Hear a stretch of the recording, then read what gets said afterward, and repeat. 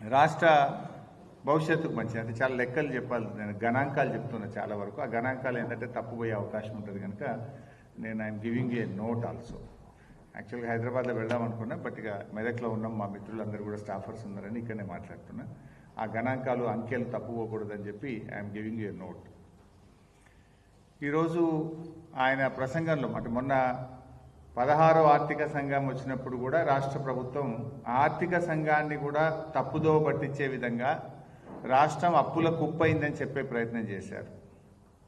ఈరోజు ముఖ్యమంత్రి గారి ప్రసంగంలో కూడా గత 10 ఏళ్లలో ప్రభుత్వం అప్పులు చేసింది అని చెప్పి మా మీద బురద జల్లేటువంటి ప్రయత్నం చేస్తున్నారు.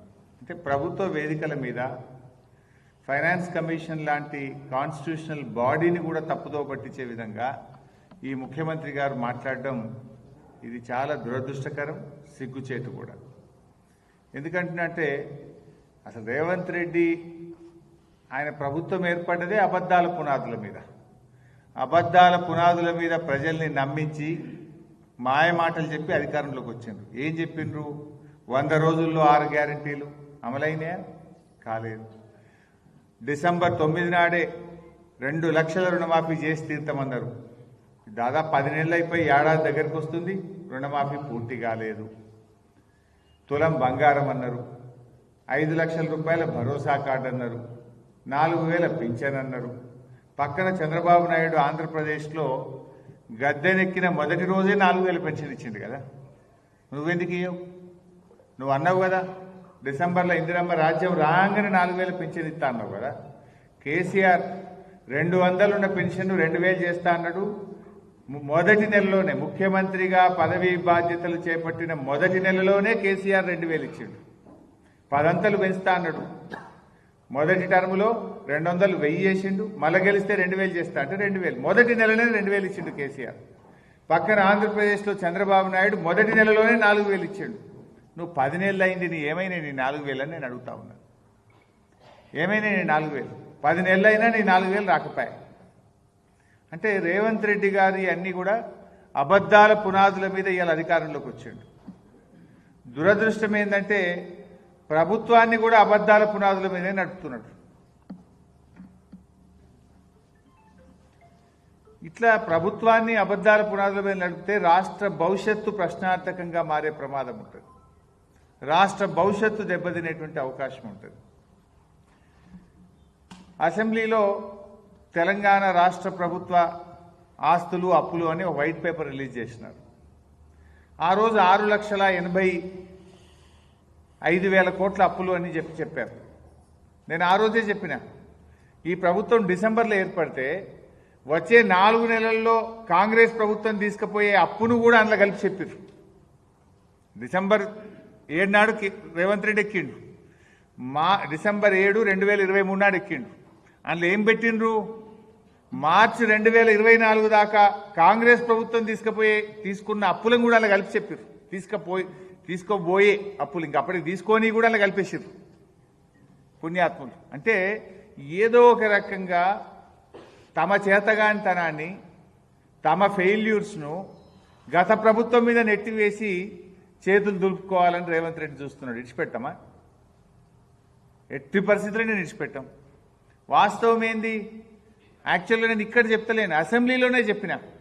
నిండు శాసనసభలో బడ్జెట్ సమావేశాల చర్చలో చెప్పిన. నేను బడ్జెట్ మీద మొన్న నేనే బీఆర్ఎస్ పార్టీ పక్షాన మాట్లాడి ఈ అప్పుల మీద కాంగ్రెస్ పార్టీ రేవంత్ రెడ్డి చేస్తున్న దుష్ప్రచారాన్ని నిండు శాసనసభలోనే చెప్పాను. కానీ వాళ్ళకి బుద్ధి రాలే, సోయి రాలే. అదే అబద్ధాన్ని మళ్ళీ మళ్ళీ చెప్తున్నారు. ఒక అబద్ధాన్ని 100 సార్లు చెప్తే నిజమైతుంది అనేటువంటి రీతిలో గోబల్స్ను మించిపోయి రేవంత్ రెడ్డి ప్రభుత్వం అబద్ధాలు మాట్లాడుతూ ఉన్నది. నేను అసెంబ్లీలో చెప్పిన, ఇక్కడ చెప్తలేను. రేవంత్ రెడ్డి అక్కడ కూర్చొని ఉండగా, ఆర్థిక మంత్రి భట్టి విక్రమార్క కూర్చొని ఉండగా శాసనసభలో వాళ్ళని కూర్చోబెట్టి చెప్పిన, తప్పుంటే ఇక్కడే చెప్పండి అని శాసనసభలోనే వాళ్ళని నిలదీసిన. ఆడనేమో అసెంబ్లీలో నోర్లు మూసుకున్నారు, బయట మాత్రం వేదికల మీద మళ్ళీ అవే అబద్ధాలను ప్రచారం చేసే ప్రయత్నం చేస్తున్నారు. బీఆర్ఎస్ ప్రభుత్వం తీసుకున్నటువంటి అప్పు 6,85,000 కాదు, అది కేవలం 4,50,000 26,000 మాత్రమే అని చెప్పి చాలా స్పష్టంగా అసెంబ్లీలో నేను చెప్పడం జరిగింది. 426ను 685 చేసి చెప్తున్నారు. ఆ 4,26,000లో కూడా ఉదయ్ స్కీమ్ కేంద్ర ప్రభుత్వం బలవంతంగా డిస్కాంల అప్పులు రాష్ట్ర ప్రభుత్వం తీసుకోవాలని మెడ మీద కత్తి పెడితే తీసుకున్న 9,000 ఉన్నాయి ఆ 426లో. ఆ 426లో కరోనా వచ్చినప్పుడు 2 ఏళ్లు కేంద్ర ప్రభుత్వమే మీరు ఎక్కువ క్యాపిటల్ ఎక్స్పెండిచర్ చేయండి అని మన మీద బలవంతంగా ఒత్తిడి పెడితే 27,000 కోట్లు కరోనా సందర్భంగా చేసిన అప్పు కూడా ఈ 426లోనే ఉన్నది. ఇది కాకుండా రాష్ట్రానికి ఆర్థిక సంఘం నుంచి గ్రాంట్గా రావాల్సినటువంటి 2,459 కోట్లు కేంద్రం గ్రాంట్గా ఇవ్వాల్సింది అప్పుగా ఇచ్చింది కూడా ఈ 426లోనే ఉంది. ఉన్నది 426. మొన్న అసెంబ్లీలో చెప్పింది 685. ఇవాళ తెలంగాణ ప్రజాపాలన దినోత్సవంలో 7 లక్షల చిల్లర చెప్పిండు ముఖ్యమంత్రిగా. వెంచనే ఉన్నాడు. కానీ అసెంబ్లీలో 685 అన్నాడు, ఇవాళ ప్రజాపాలనలో 7 అంటున్నాడు. అసలు 10 ఏళ్ల బీఆర్ఎస్ పాలనలో జరిగిన అప్పు 4,26,000 మాత్రమే. ఇది రాష్ట్ర ప్రభుత్వం చెల్లించాల్సిన అప్పు. రాష్ట్ర ప్రభుత్వం కట్టాల్సింది, రాష్ట్ర ప్రభుత్వం గ్యారంటీగా తీసుకున్నది, రాష్ట్ర ప్రభుత్వం కడుతున్నటువంటి అప్పు 4,26,000 మాత్రమే. ఈ 426లో కరోనాలో కేంద్రం చెప్తే చేసిన 27,000 కోట్లుంది. డిస్కాంల అప్పు రాష్ట్ర ప్రభుత్వం తీసుకున్న 9,000 కోట్లుంది. కేంద్ర ప్రభుత్వం గ్రాంట్గా ఇవ్వాల్సిన బదులు అప్పుగా ఇచ్చిన 2,500 కోట్లు కూడా ఇందులో ఉండదు. అన్ని కలిపితే కూడా 426. కానీ అసెంబ్లీలో 685 అంటావు, 7 అంటావు. ఇది తప్పు అని నేను నిండు శాసనసభలో కూడా చెప్పిన. అంటే ఎవడైనా నేను దివాలా దివాలా అంటే రాష్ట్రానికి పరువు ఉంటుందా, పరపతి ఉంటుందా? రాష్ట్రం యొక్క పరపతిని నువ్వు దివాలా చేస్తున్నావు. ఎవడని చెప్పుకుంటాడా? లేనిది చెప్తాడా? ఉన్నది చెప్పాలి. లేనిది కూడా అంటే బీఆర్ఎస్ పార్టీ మీద బురద జల్లబోయి నువ్వు తీసుకున్న గొయ్యిలో నువ్వే పడుతున్నావు. కన్ను తెరువు ఇప్పటికన్నా. పరిపాలించాల్సింది 5 ఏళ్ళు నువ్వు కదా. రాష్ట్రం ప్రతిష్ట దెబ్బతీసి, రాష్ట్రం ప్రతిష్ట మసకబారే విధంగా చేసి, లేని అప్పులను చెప్పి రాష్ట్రం దివాలా తీసిందని నువ్వు చెప్తే జరిగే నష్టం రాష్ట్రానికి, పరిపాలించే నీకు కూడా నష్టం జరుగుతుంది. రాష్ట్రం యొక్క గౌరవం దెబ్బతింటది. ఏ మూర్ఖుడు కూడా ఇట్లాంటి పని చేయడు. ఏ పిచ్చివాళ్ళు కూడా ఇట్లాంటి పని చేయరు. కానీ మీరు దురదృష్టం ఏంటంటే నీకు రాష్ట్ర రాజకీయాల కంటే, నీకు రాష్ట్ర భవిష్యత్తు కంటే నీ రాజకీయాలు ముఖ్యమైపోయింది. నీకు రాష్ట్ర భవిష్యత్తు కోసం పనిచేయాలి. ఎవరు పదవిలో శాశ్వతం కాదు.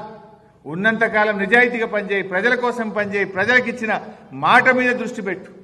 పొద్దుగాలేస్తే నువ్వు కేసీఆర్ను వల్లించకుండా నువ్వు బతకలేవైంది. నీకేమన్నా రోగమా శాపం ఉందో నాకైతే అర్థమవుతలేదు.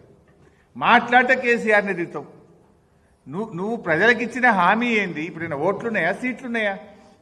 గా రైతుల గురించి ఆలోచించు, మహిళలకు ఇస్తా అన్న 2,500 గురించి ఆలోచించు, వృద్ధులకు ఇస్తా అన్న 4,000 పెన్షన్ గురించి ఆలోచించు, రుణమాఫీ పూర్తి చేయి, వానకాలం పంట పూర్తవుతుంది గా రైతు భరోసా 7,500 చెప్పనై. అరే పిల్లలంతా రోడ్ల మీద పురుగులన్నం తినలేక రోడ్ల మీదకి వస్తున్నారు. ఇవాళ కూడా ఎక్కడో స్కూల్లో రోడ్ల మీదకి వచ్చి మేము తినలేకపోతున్నాం, పురుగులన్నం పెడుతున్నారు అంటున్నారు. గవర్నమెంట్ స్కూళ్ళన్నీ కుప్పైపోతున్నాయి, హాస్టళ్లు కుప్పైపోతున్నాయి. ఎస్సీ హాస్టళ్లలో ఇదివరకు బట్టలు రాలే, పిల్లలకు బుక్స్ రాలే, పిల్లలకు భోజనం లేదు, కాస్మోటిక్ ఛార్జెస్ లేదు, ఆగమైపోతున్నారు. ఎస్సీ ఎస్టీ గురుకులాల పిల్లలు ఆగమవుతున్నారు.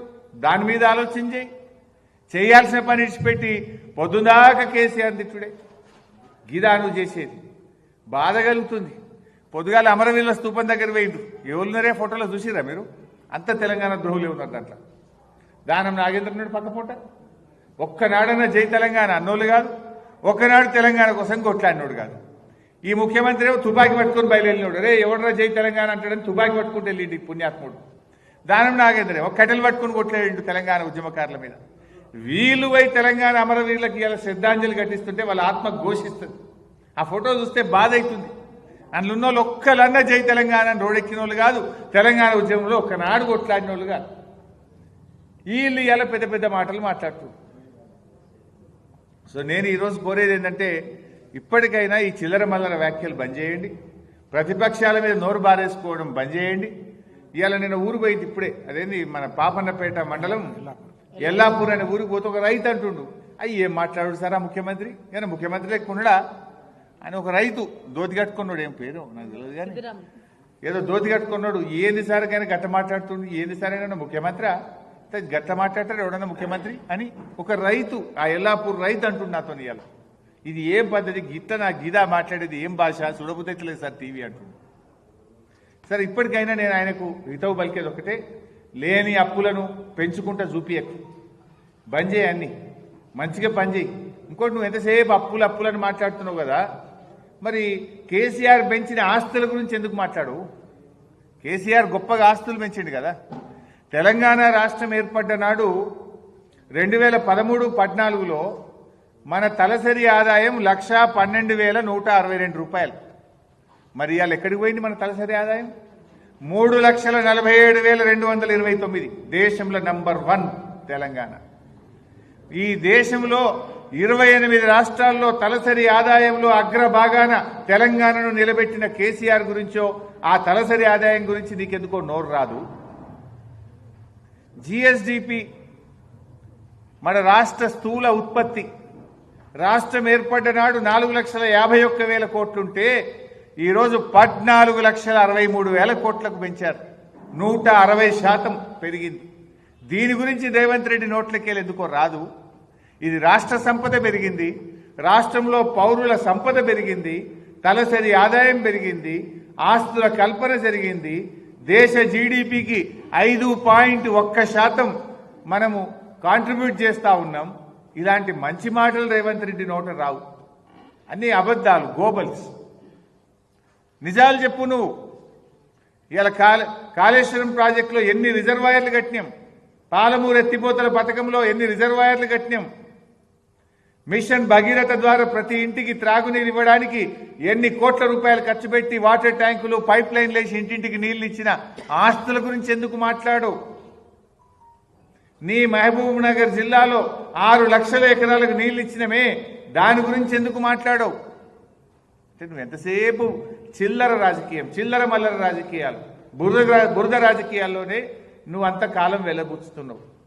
చివరికి వెనుకలు తిరిగి చూసుకుంటే ఏముండదు. పండ్ల మీద పడు. రాష్ట్రం ప్రతిష్ట దెబ్బతీయకు, రాష్ట్రం పరువు దెబ్బతీయకు. వాస్తవాలు మాట్లాడాలని చెప్పి నేను రేవంత్ రెడ్డికి హితవు పలుకుతా ఉన్నాను.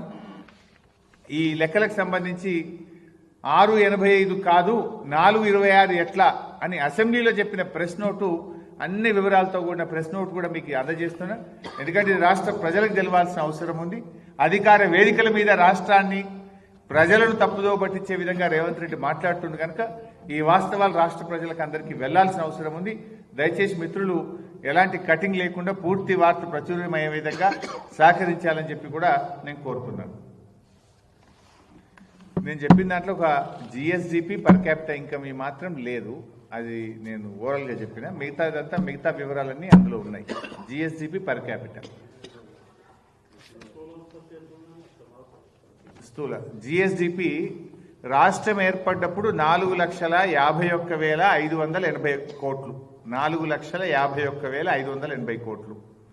ఈరోజు ఈ రాష్ట్ర స్థూల ఉత్పత్తి జిఎస్డిపి 14,63,363, 160% పెరిగింది. 14,63,963. పర్ క్యాపిటల్ ఇన్కమ్ ఆ రోజు 1,12,162. దేశంలో 8వ స్థానంలో ఉండేవాళ్ళం. ఈరోజు 3,47,229తో దేశంలో ప్రథమ స్థానం. గోవా లాంటి చిన్న రాష్ట్రం మినహాయిస్తే we are number 1 in the country. మా ఉర్దూ